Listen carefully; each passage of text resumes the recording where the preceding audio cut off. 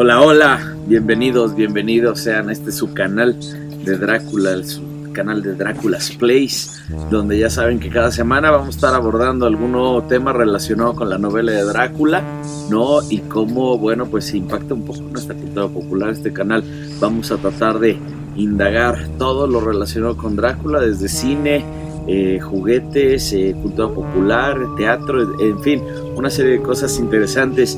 Mi nombre es Enrique Palafox y les doy la más cordial bienvenida a este canal.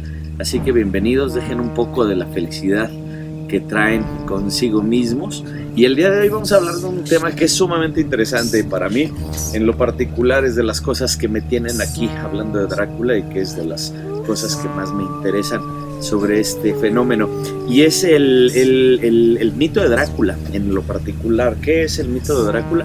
Bueno, pues es una serie de situaciones que se van dando desde que Bram Stoker escribe su novela en 1897, en realidad la publica, y hasta el día de hoy, ¿no? Porque bueno, esto como un mito es una situación que está viva, y como toda narrativa, ¿no?, que está viva, pues va creciendo, y va creciendo a la par de lo que ha ido creciendo la humanidad los últimos 121 años, desde la publicación de la novela hasta el día de hoy. Entonces quédense, porque el día de hoy vamos a hablar de los orígenes del mito de Drácula.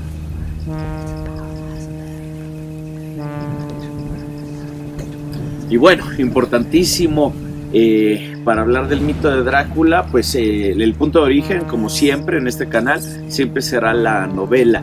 Yo en lo particular tengo varias ediciones, soy coleccionista de ellas. Conozco bien de las ediciones que se han publicado tanto en Estados Unidos como en Inglaterra, como bueno, que han llegado aquí a México en español. Y bueno, la que yo más recomiendo para cualquier cosa relacionada con Drácula es esta que es fabulosa, que es la versión anotada de Leslie Klinger, que además de que trae una introducción de Neil Gaiman, que es una verdadera locura, vale mucho la pena. También está en español, y bueno, lo que hace el autor es indagar a profundidad, trazando unos paralelismos con la realidad y bueno, con hechos históricos y demás, para tratar de entender pues todo lo que es Drácula. Y ese, bueno, pues abre mucho las puertas para hablar de el mito de Drácula. Y la pregunta es, ¿de dónde sale el mito de Drácula? ¿De dónde proviene el mito de Drácula? ¿De dónde sale esta noción de que tenemos que matar a un vampiro, ¿no?, y enterrarle una estaca en el corazón, que además ya tanto se ha romantizado y que además tanto se ha ficcionalizado esta arma, ¿no? O por ejemplo, la razón de la implementación del ajo, ¿no?, como un elemento que ayuda a alejar a los demonios, a los vampiros particularmente, de dónde sale, o la cuestión religiosa.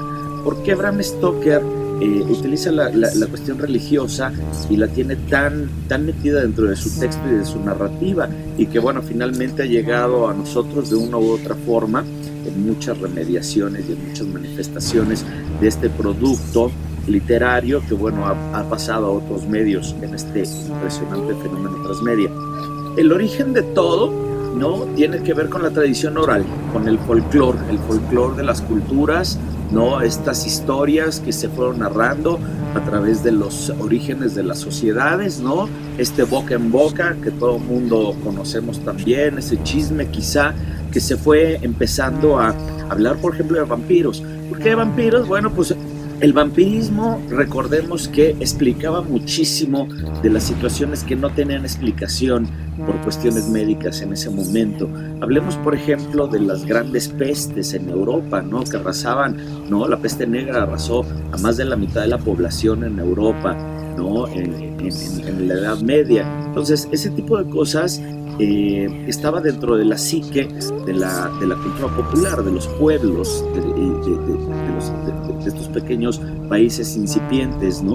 Entonces se va creando una tradición, porque por ejemplo con las cuestiones de epidemias, por ejemplo la del cólera, que también azotó muy fuerte a Europa, ¿no? Bueno, había gente que moría evidentemente y por centenares, o sea, literal se caían los cuerpos de las morgues y demás, era una cuestión tremenda, había muertos pues, en las calles. Entonces imagínense vivir con eso en la psique debe de ser tremendo. Pero al mismo tiempo, había gente que se le diagnosticaba con alguna cuestión, como si estuviera muerto, y los mandaban a las fosas comunes, y de repente resultaba ser que no estaban muertos, no es que estuvieran de parranda, simplemente tenían alguna enfermedad como la catatonia que hoy conocemos, ¿no? Que parece que estás muerto, pero no estás muerto, y tarde, tiempo después regresas de ese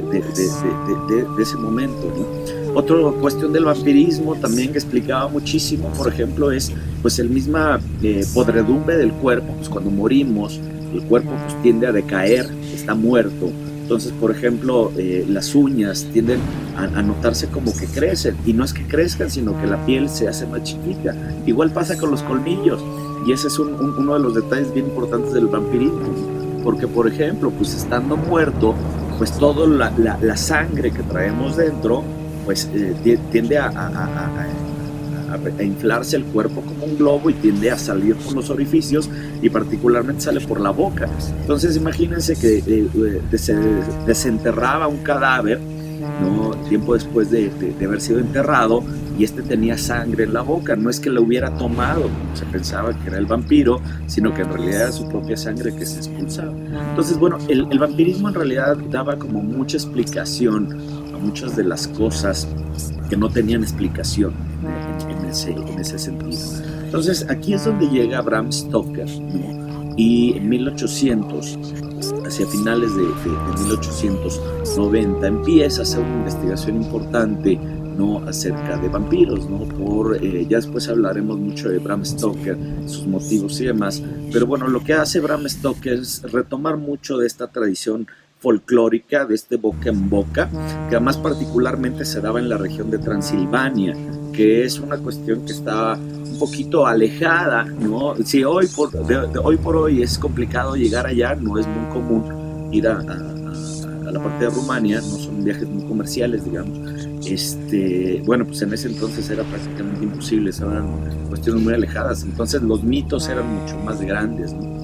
Entonces lo que hace Bram Stoker a través de su investigación, que la lleva a cabo en Whitby, en el puerto de Whitby, donde pasan muchas cosas de la novela, más aparte en Londres, ¿no?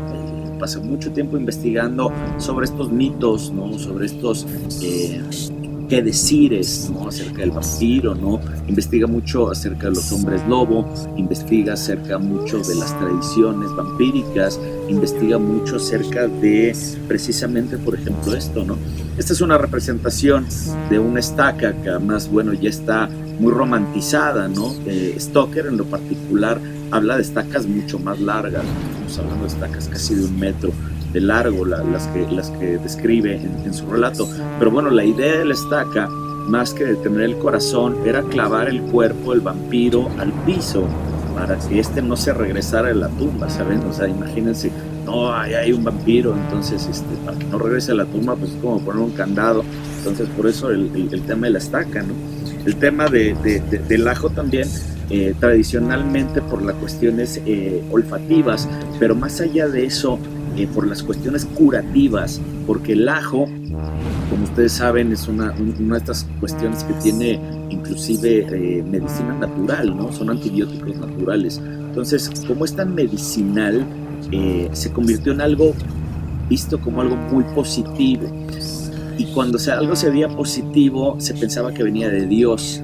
Entonces, si venía de Dios, tenía que ser algo bueno para contrarrestar a lo maligno que podría ser los demonios vampíricos, ¿no? En el caso, por ejemplo, de la simbología particularmente cristiana, ¿no? Y asociada al vampirismo, tiene que ver mucho con la procedencia de Bram Stoker. Recordemos que Bram Stoker era irlandés, de origen irlandés, y su familia protestante, y además bastante practicante. Pero más allá de esto, y aquí viene un dato bien interesante, más allá de eso, del protestantismo de Bram Stoker, lo que llama la atención es el origen de la implementación de la cruz. Bram Stoker fue por 27 años consecutivos el gerente general del Teatro Liceo de Londres.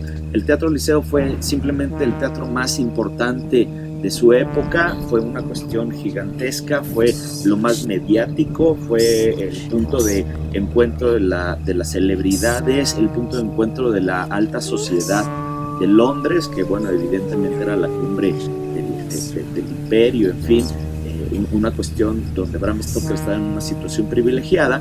Y bueno, ahí él, siendo gerente del teatro, tuvo oportunidad de ver la participación de Henry Irving como Mefistófeles, ¿no? En la obra de Fausto, que tantas veces se representó.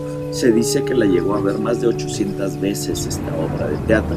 ¿Por qué? Porque él estaba atrás de bambalinas, digamos, además siendo el gerente general, pues se tenía de ocupar de la misma producción, ¿no? Del teatro, más aparte del vestuario de Henry Irving, más aparte de los efectos especiales, más aparte de la gira que tenía que llevar por todos lados. Y entonces en esa obra se implementa mucho el uso de la cruz para alejar precisamente al diablo, ¿no? a Mefistófeles. Y recordemos que el Mefistófeles es en realidad una de las inspiraciones más importantes para el Conde Drácula. Entonces hay una relación bien directa entre la representación de Henry Irving como Mefistófeles, ¿no? La obra de Fausto, donde se utilizó la cruz, y esto de ahí sale la idea para que Bram Stoker eventualmente llevara esta situación a su novela. Entonces la novela retoma mucho de la cuestión folclórica, ¿no? de los pueblos, ¿no? Particularmente de Europa, evidentemente, con ciertas pintadas de Norteamérica, ¿no? Porque también por ahí vamos a hablar de las personas que inspiraron el relato, y bueno, Buffalo Bill es uno de ellos, y por eso tenemos a Quincy Morris en el relato. Y bueno, pero regresando a Inglaterra, lo que es importante es que toda esta folclore, Bram Stoker lo retoma para escribir su novela, más cuestiones literarias como Carmilla, que es la que antecede, la novela que antecede a Drácula particularmente. Retoma mucho de Carmilla, más del vampiro, más de Barney el vampiro también, más cuestiones personales de la vida de Stoker, y es ahí donde, bueno, básicamente se crea la novela. En otro video hablaremos acerca de cómo esa novela empieza a tener este impacto a nivel social, ¿no? Donde se genera otra vez este boca en boca, pero ahora a través de los medios, a través del cine, a través del teatro, a través de los cómics, y bueno, haciendo que el mito cada vez creciera conforme la humanidad fue inventando nuevos medios de comunicación. Entonces, hasta aquí le voy a dejar el día de hoy, porque este es el origen, ¿no? El origen del mito, de donde sale mucho de la inspiración de Bram Stoker para crear al Conde Drácula. Bueno, pues hasta aquí, déjenme sus comentarios, a ver qué les parecen estos videos, ¿no? A ver si les están gustando. Esta información a mí me parece que es muy interesante, pero bueno, me gustaría que me compartieran sus comentarios. Suscríbanse al canal de YouTube, ¿no? Porque bueno, estamos subiendo continuamente material muy interesante relacionado con Drácula, por supuesto. Y bueno, pues por aquí nos vemos la siguiente semana. Muchísimas gracias, feliz fin de semana y hasta pronto. Chao.